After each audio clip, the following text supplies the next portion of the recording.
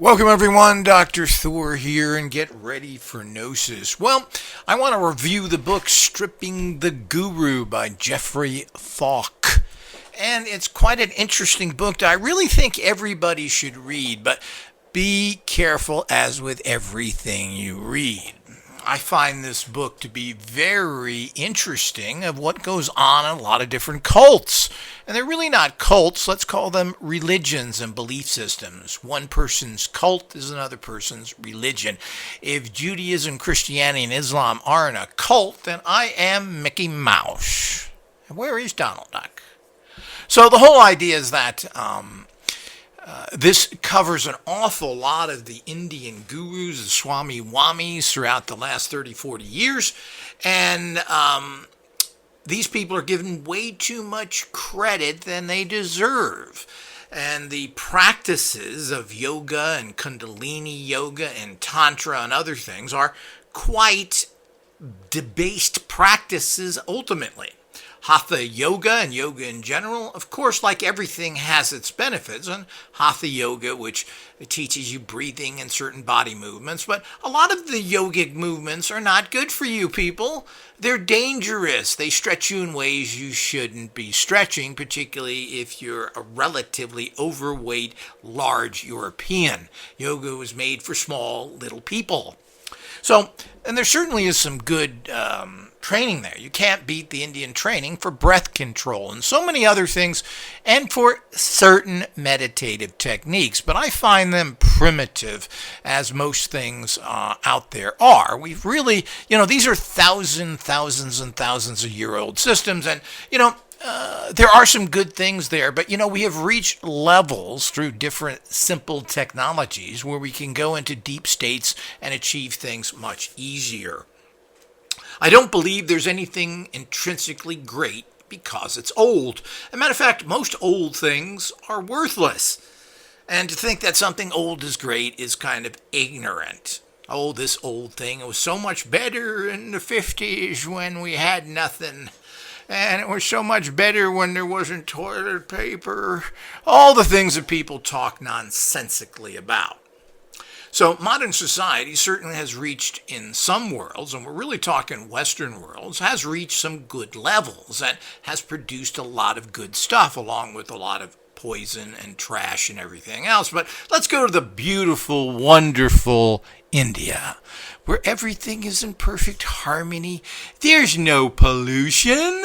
There's no murder. Everybody is well and prospering. Except there ain't no toilets. There's more cell phones than toilets. They spend $6 billion a year while people die in the street on the space program. The great yogis have brought people what? They've been around for thousands of years, just like the other religions, Christianity, Judaism, Islam. What have they achieved? What have thousands of years of religion brought us? War. Mostly because all these religions fight everybody. They have achieved nothing, and their followers are some of the biggest scumbuckets in the world. Particularly American Buddhists that are Westerners, otherwise known as white-top people. Never met worse people than American Buddhists. Boy, are they scummy. So the whole idea, never went one that wasn't a total scumbag. I'm sure there are good ones, but it's the whole same old story. Certainly these aren't transformational belief systems. So we have to be very careful to buy into anything. And America has an illusional philosophy that everybody from India is some sort of walking Swami that is very advanced. The first thing you do if you meet a Swami is grab your wallet, because that's what he wants, and grab the hand of your wife, girlfriend, or mate, and run, because he wants both of those. Probably all three of them, including you.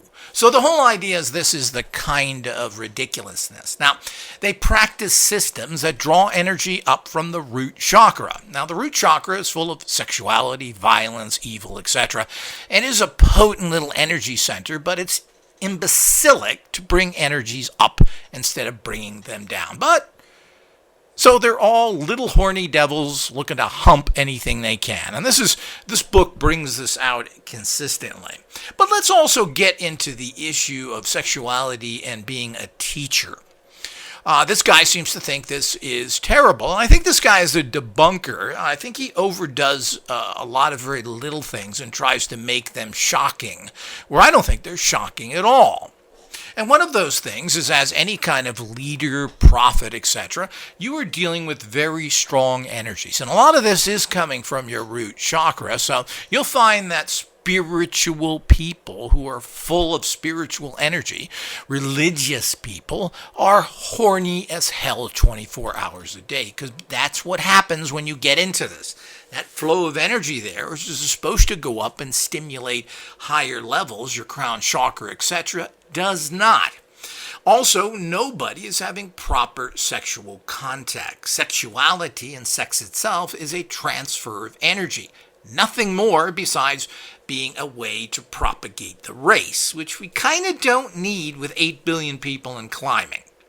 So sexuality in general, unless it's done in a spiritual way or an energetic way is a better way to say it, meaning you're transferring energies. One of the problems with the society is that people are totally unbalanced. Females have way too much male energy and males have way too much male energy. So females have too much female energy, did I say that? And males have too much. So there's no balance. You're supposed to transfer those energies, get into a yin and yang state so you can balance yourself and see the world better. But this is not the case because virtually no one is sexually satisfied. I've only met one person who claimed that, and I don't really believe him, and it may have been for a section of his life that's the case. But we're talking about also lifelong. Point is, people are very different at different ages. And male sexuality is really something that goes on consistently, while female sexuality kind of dissipates and disappears. And we're speaking in generalities here, so don't tell me that you know this or that. I really find that a despicable thing with people who want to claim they are something when they're not. And I've seen this with numerous people of their lives, their bizarre sexuality, etc., particularly women. I saw this even my own mother, who got divorced and acted like a pretty rotten bitch, particularly when it came to sexuality. So it's no different than her than any other woman, and this is the way it is. And of course, we have to understand all that. So what's the problem, and why shouldn't it be something that is open and discussed? And this should be in these different types of organization of what is the sexual parameters here. And the point is that sex is the number one driving urge in your life by far. Nothing comes close. Survival, food, anything. It doesn't count. You will give up food for sex, and you will risk your life for sex. People do it every day by having unprotected sex and everything else. If you don't get a disease, well, here's a 20-year responsibility for you because you just had to get off. So the whole idea is that this is the kind of things that we have to look at. So one of the problems I found with this author is he criticizes every guru that has, or spiritual leader that has sex with the people that are following him. It should be something that a leader does, and it should be one of the greatest things you could possibly do in life is to energetically commune with someone at a higher level who can transfer information and energy to you. After all, isn't that what happens with politicians? I mean, where I used to live in Palm Springs, Sonny Bono, the alleged drugged-up maniac that ran into a tree with his skis on, his wife has taken over and now has been a congressman for Palm Springs for over 20 years. I guess that all came from the transfer of Sonny's seed, huh? So all of that kind of stuff, but why not? I mean, sexuality is so weird and so perverse from the female understanding that, they like the bad boy, the guy that treats them like garbage. And I went through this all my life with that. They want the person who doesn't respect them and on many levels will abuse them. So the whole idea is we've seen this endlessly. So the fact that you are involved in a spiritual system expecting to go up and you're not taking care of your guru and you're not wanting to commune with his energy is, in my mind, perverse. No, I want the motorcycle guy with the tattoos the guy, the radio host, and we all know what all people go into radio because they look like toads, but they have groupies waiting outside. I had a friend who was on the radio and didn't have enough girls that would constantly come there. So the whole idea is that this is what they do, or they throw themselves at anybody. I remember growing up in the 70s, and the sexiest man alive in one of those years, I believe, or top 10 or whatever it is, was Henry Kissinger. They were turned on by his mind. Well, what kind of deviant behavior is that?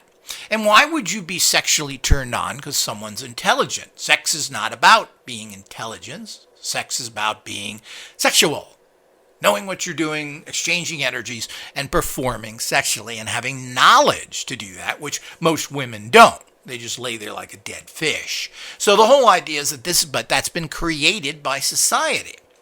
So he has a real thing with this and criticizes a lot of these teachers for having sex with his disciples. I think it should be virtually required that you are able to do that and exchange it. And if you're a female, it should be the same way with the female.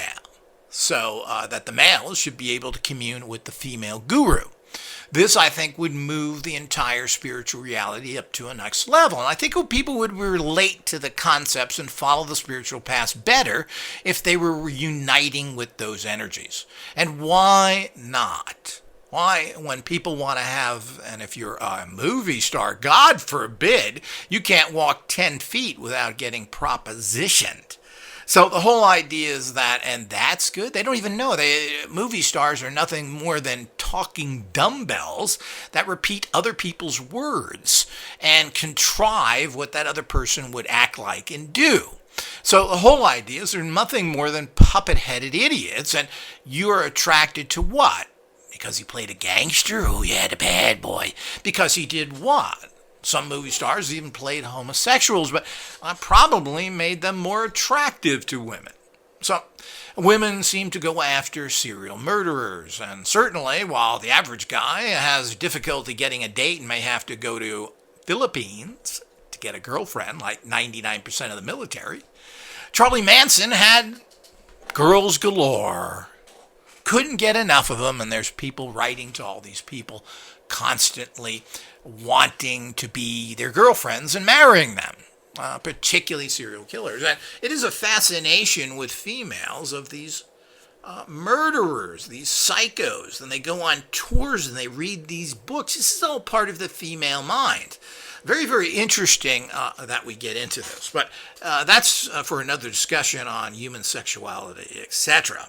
I mean, the male is pretty uncomplicated. He wants what I call PPB. Pizza, pussy, and beer. And I don't give that any credit, but certainly they're much more understandable. So, and the out-of-control male sexuality has to be dealt with. But this has been created by people starving, because very few people have the sex that they need and certainly don't have rewarding sexuality. This is a fact, and the fact that the number one business after drugs is sex. And I think the number one business on the planet is sex when you add in everything from birth control to people who can't have children trying to get intravitreal, to pornography, to everything, to lingerie, to everything that really connects to sexuality. It's probably the number one business by far. But the actual amount of sex trade out there, the kidnapping of people and forcing them into prostitution, is enormous. And nobody wants to talk about that. And of course, controlled by police and the Russian mafia, which is how things go, of course. That's how the world is. So, and they get a lot of what they want. Other guys don't. So isn't that typical? So, all of this needs to be understood, but this whole idea, and it should be brought out in the open. Now, if you're preaching that you should be celibate, if you're preaching a certain sexuality and then you're doing the opposite, well, there's a problem there. It makes you a hypocrite. Now, I don't know if these people were doing that or not. Then we have people who commit, that are gurus, who are committing deviant, illegal sexual acts. Now, that's completely different. But having sex with your congregation, so to speak, is something everyone should do.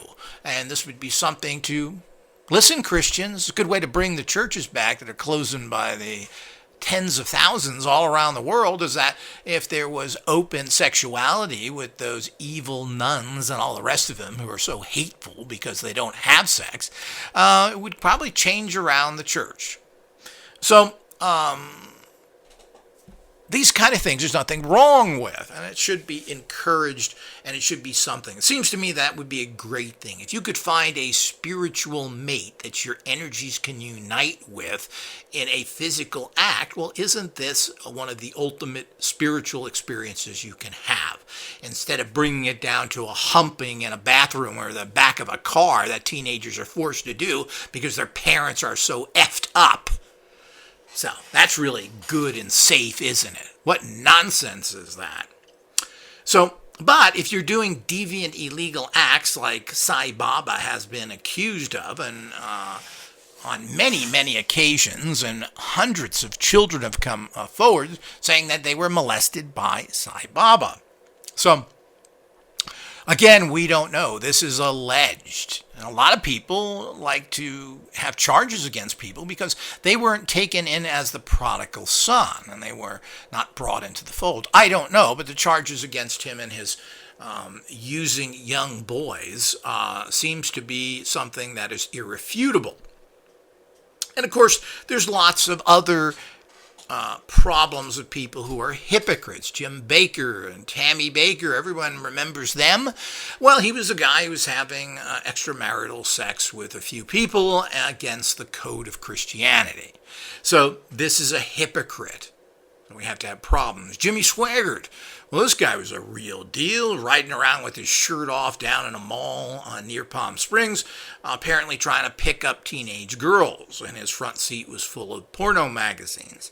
He then went, and of course he was unsuccessful at that. I wonder why. Sounds like a good plan to me. But he then wandered over to the truck stop and got the cheapest prostitute kid. And this is a guy who's got, millions of dollars in the bank. So if he would have got himself a professional who shut her mouth, he probably would have never had any problems. But that's what's harboring behind these people. So the whole idea is that is a hypocrite. That's a problem. So there's a big difference there. And I've heard of this from almost every one of these Christians. They all got some sort of problem because God don't fill you. God don't take care of you in that way. So, yogic and yogis and more Indian religions should take this into consideration and make it part of their policy. I believe Rajneesh did this, where free sex was talked about and encouraged. Well, that makes sense, and that's one reason his organization grew for a while. Then he would ride around in Rolls Royces laughing at people. And of course, you got to wonder people that actually support something like that. Now, so these are interesting issues that should be covered properly. And of course, India, for many, many years, even to this day, has not been properly covered or even talked about because almost all of India is covered with pornographic or sexual carvings on all their temples. It's just a giant humping fest. And this was greatly looked down upon by the British, who invaded and enslaved so many countries. India was one of them, as the colonial, dictatorial Nazi power that the Brits are, and of course they are directly related to the Germans, is a serious problem. And so all this was covered up. But if you go to these temples and everything else, and they still worship the penis and everything else. This is all part of this very primitive belief system that nobody wants to talk about. They want to talk about higher goals and well, this is just nonsense. To Tibetans as well, the people want to talk about them. Well, if you want to become a Tibetan priest, at 10 years old, you're taken away from your family and put in a training school with a whole bunch of other kids. And you're talking about teenagers. And like the British school system, the boarding school systems, which is known for its debauchery and buggering, because you got a bunch of horny teenagers together and they're going to stick it anywhere they can find it. So the whole idea is that we have to be very careful when we look at all these things. And certainly it's not just the yogis, but they've been doing this for years. This is nothing new. And to give them some credit that they can get over primitive sexuality just shows how bad these systems are. Now, I studied these systems for about 5 years as a very young person because it was very big back then in the early 70s and so forth. This is just out of the 60s. Everybody's doing TM meditations. The Beatles were into it. Everybody was out there doing Eastern mysticism, and there really is nothing to it. When you ultimately get past some of the good practices, which is some basic yogic stuff and some breathing, there ain't nothing there. So it's a farce. So it's never something that I could overly get into. The world isn't like that unless you want to live in an ashram in a sweaty, stinky, diseased country like India, who, as I've mentioned, over all of its history has achieved nothing. It's still a giant piss hole of worthlessness and will always be, with horrible groups where 80% of the population is under poverty level. This is what they brought. This is what the Hindus, and it's going to become the Muslim capital of the world, have brought to us. And maybe the Muslims will make it a little better. Who knows? Certainly the Hindus and the Buddhists have done nothing there, no matter how you've exposed them to it. So we have the usual problems, the usual corruptions, the usual vicious rapings and robbings of people, which are very common. Some of the most butchery you've ever seen is done in India, where it's even happened to tourists where they'll grab a woman and rape her to death, many times ripping her breasts off and cutting her vagina out. These are the kind of things that happen and you don't get reported by it, because it's all about the yogis. Here, come, give me your wallet, give me your wife, and we will be fine. And you will learn the secrets of nothing. Because in the world there's nothing. We are nothing. We mean nothing. That's your Indian philosophy right there. Everything is nothing. So the whole idea is that this is a worthless philosophy like so many other ones and like all the religions, no matter any that they are. But this book also goes into some other people. Wernhardt Est, or if people have heard of this, who did the Est philosophy, who basically was this Jewish guy who named himself after a German. What is wrong there? I'm sure he bought Mercedes like so many Jews do. So the whole idea is that this is kind of... But his goofball training, there was some talk that he molested one of his daughters, who then recanted that later after being forced in it. And apparently he ran the foul of Scientology and other things, and he may have been put out of business. But of course he had his own little dictatorial way of doing things. You go to his seminars, nobody can leave, nobody can go to the bathroom, drink your own urine, that's what you need. I'm Bernhardt. Achtung! So, I heard people in the 70s who went to him and praised him so much. Fortunately, I never did it. But of course, it would have been interesting to see the nonsense. But I'm not really a nice guy. I don't put up with that shit. I would tell him to go F himself sideways. If I gotta go, I gotta go. And that's the way it is. And I don't think that there's some superiority by this goofball. And they charge you a lot of money. It also covers Scientology, which is a very interesting organization and very well planned by L. Ron Hubbard in terms of where to get influence, how to seize power. And apparently he was able to do it with his basic little cult, and his trainings are interesting, semi-occult, semi-psychological. Some of it is really good and can help people, but it's been terribly perverted, and there are so many strange things in that organization, it's hard to know what's going on.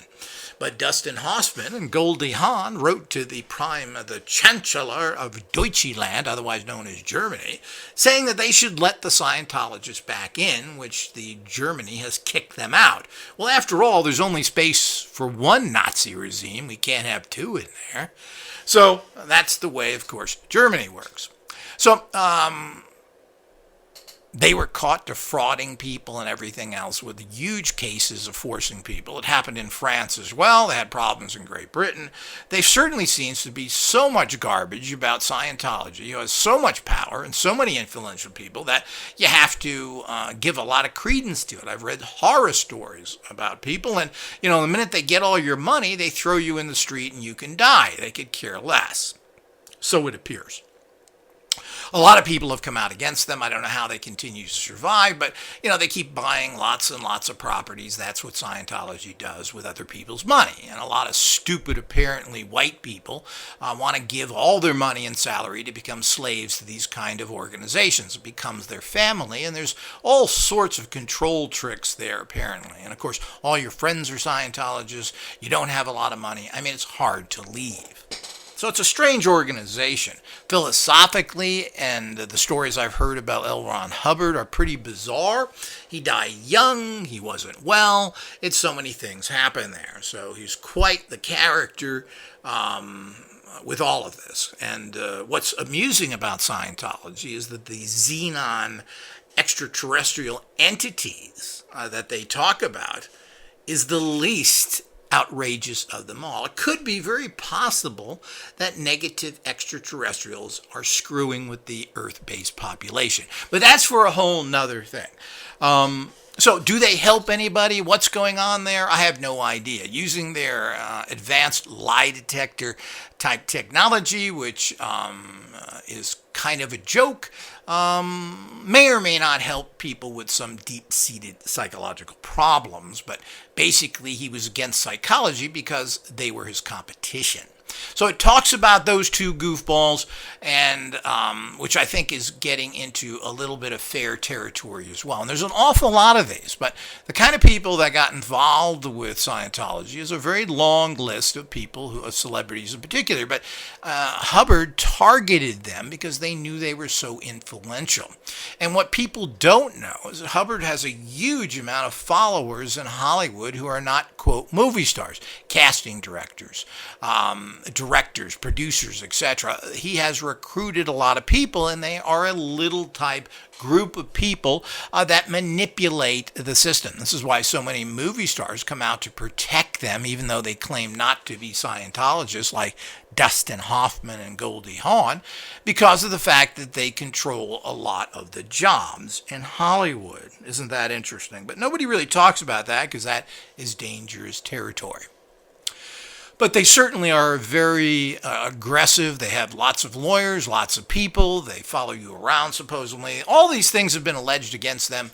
And there's so much of it that you can't really debate it. And almost everybody in Scientology eventually has been betrayed and has left, apparently, the organization, which they call a church. So they have top-ranking members that have left, and this is not the odd one. This seems to be consistent. Even the head of the church now's father and everybody else. So it's a very strange organization, which there's so much weirdness there that, it's pretty much recommended not to get involved with those people or to be manipulated. I mean, there's just too much negativity.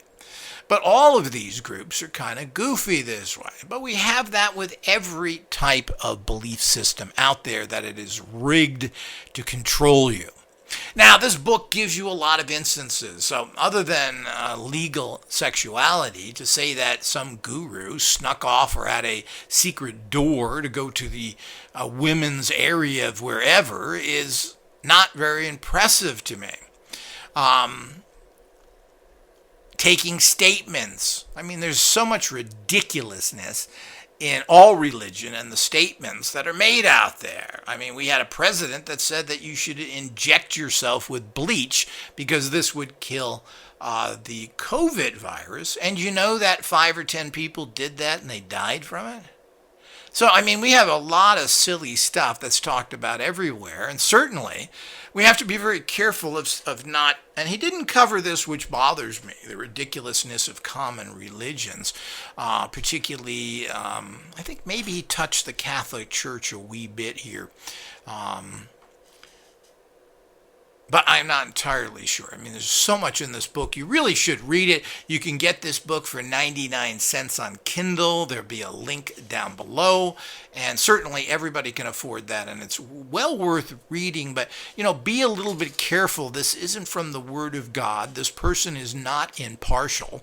And the kind of nonsense. What if I told you there was a deity that wasn't born from a mother but was a human? What about if I told you that person died and then came back to life? And all of this was done and witnessed by others. Yeah, well, that's the Jesus myth. Not to mention that they try and make out Jesus to be poor when he was a rich kid. His father was a carpenter. Oh, yeah, but he was turned away and had to go in a manger. Bad luck. He didn't have a reservation. That was a fancy hotel and it was booked up. So he had to go sleep in the manger, and luckily that was there. So, and of course, people like to say Zen is so great. Well, Zen, which of course is pretty much mostly based in Japanese belief systems, are known for their nasty beating you with sticks, and several people have died from it. But that's so Japanese. Turning Japanese, I'm gonna beat you. I'm gonna beat you. I'm turning Japanese. And they died.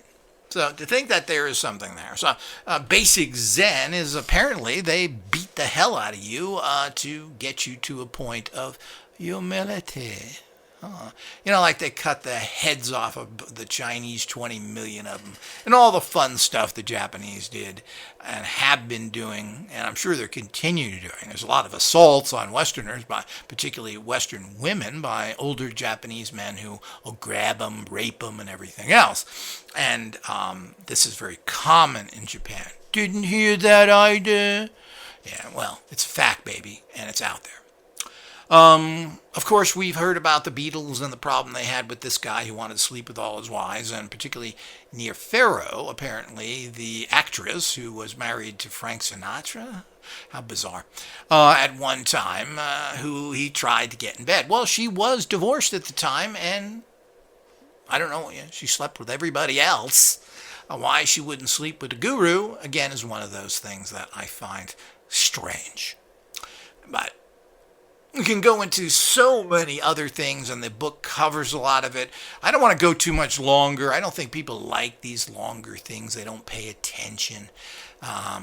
It's just, Gillian's Island's on, so, I'm sure people need to rush over there. So we have all these things. It talks about the Dalai Lama and everything else. It talks about, very typical of Thailand Buddhist monks who smoke and drink and go to prostitutes all the time on the money they get from begging and from the church. And this is they're notorious for that.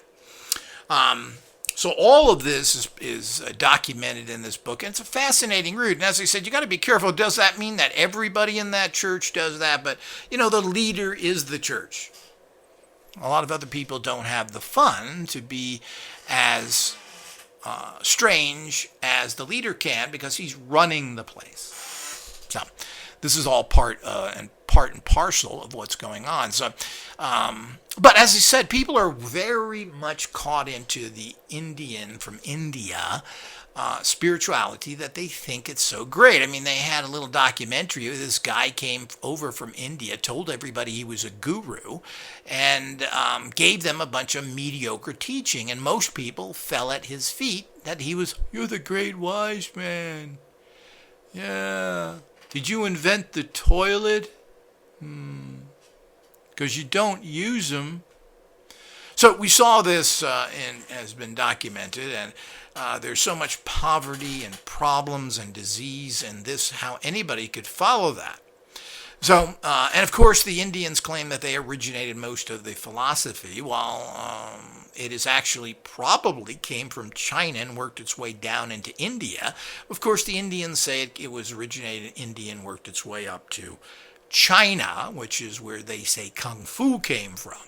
But you got to remember there are different areas, and it's a complicated world when you try and say where someone came from here, what order was it, who was involved in that. Obviously, Kung Fu is not alive in India as far as I know, but there is the different temples in China. You have to wonder all of these. So giving things the actual due that they are due, read this and, of course, look at it impartially as well. As he said, some of the things here and some of the ridiculous statements they've said people have stated are certainly true. But the religious documents that most of this world follows are the same kind of religious nonsense. As we go into Islam, where the prophet went to heaven on a horse with a human's head. These are the kind of ridiculous stories. You got everything from an angel in a cave, people that are not born normally and rise from the dead. I mean, all of these kind of ridiculous stories are in all these books. So the point is, yeah, they have ridiculous stories too. Well, it's kind of the same. So the fact of thinking that one is so superior to the other is a fool's path.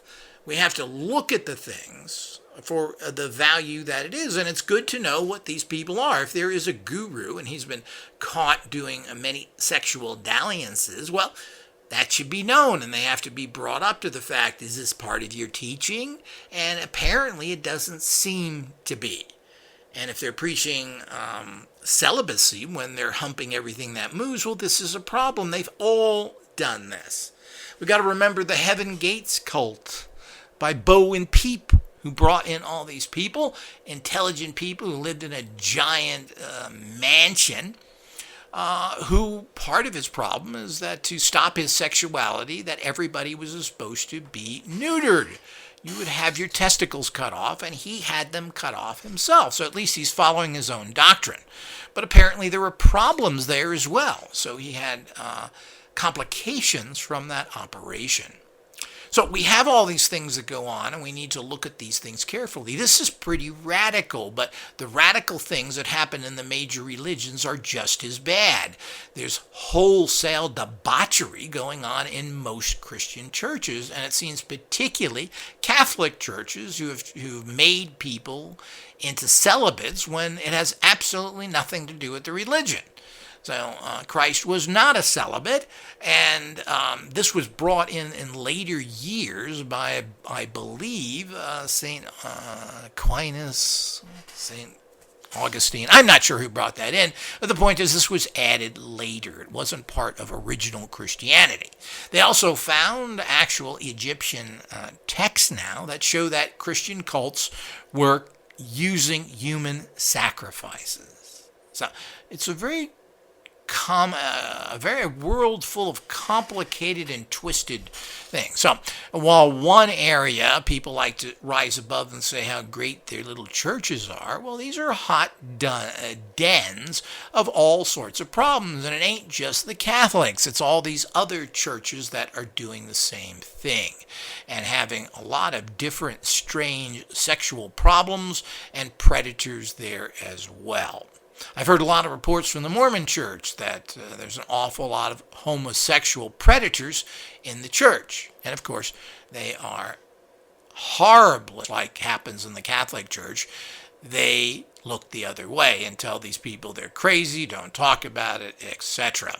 This is evil, and certainly something that is much worse than some guru who's a little horny at night and has a secret door to go to his disciples to take care of his God-given needs. Plain and simple. So let's not just criticize one area. And we get into all these things and that go on throughout the different belief systems, whether it's mainstream or not. So, but it's a great book. I highly recommend it. For a buck, you can't beat it. It's interesting to know what these people stated, what they believe. Apparently, there are, and let me just give that one thing here as closing. Apparently, there was one famous guru who particularly dated a woman because he believed that she was the reincarnation of his mother, so that he could then commune sexually with his mother all the time, who was this reincarnation in this woman. Well, I find this fascinating. It could be kind of a debate, and of course that goes again against basic philosophy that people have, which is incest and other things. And you have to wonder why that happens. Well, somebody is not getting the sexual releases they need, so they're taking it out in a perverse way. But again, I don't know if it's against his belief systems or others, but these are the kind of things that are pointed out as being so inappropriate. But I'll leave you with a little passage that's in the book, stated by, of all people, Albert Einstein, which the world is a dangerous place to live. Not because of the people who are evil, but because of the people who don't do anything about it. Now, that's about as profound as you can get. So, until next time.